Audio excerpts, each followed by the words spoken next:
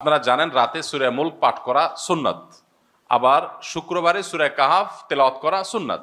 প্রশ্নকর্তার প্রশ্ন হলো যে আমি একটু জোরে তেলাওয়াত করলাম, আমার আব্বু আম্মু শুনলেন, তাতে এই একজনের পাঠে তিনজনের তেলাওয়াতের সওয়াব আদায় হয়ে যাবে কিনা? মাশাআল্লাহ।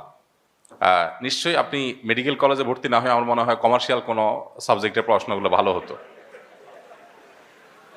লাভ লসের বিষয়টা আপনি খুব ভালো বোঝেন, মাশাআল্লাহ। আপনি ডাক্তার হলে তো ভয় আছে, রোগীর জন্য আপনি প্রেসক্রিপশন কিভাবে করবেন, কোন হিসাব নিকাশ করেন, টেনশনের বিষয় আছে।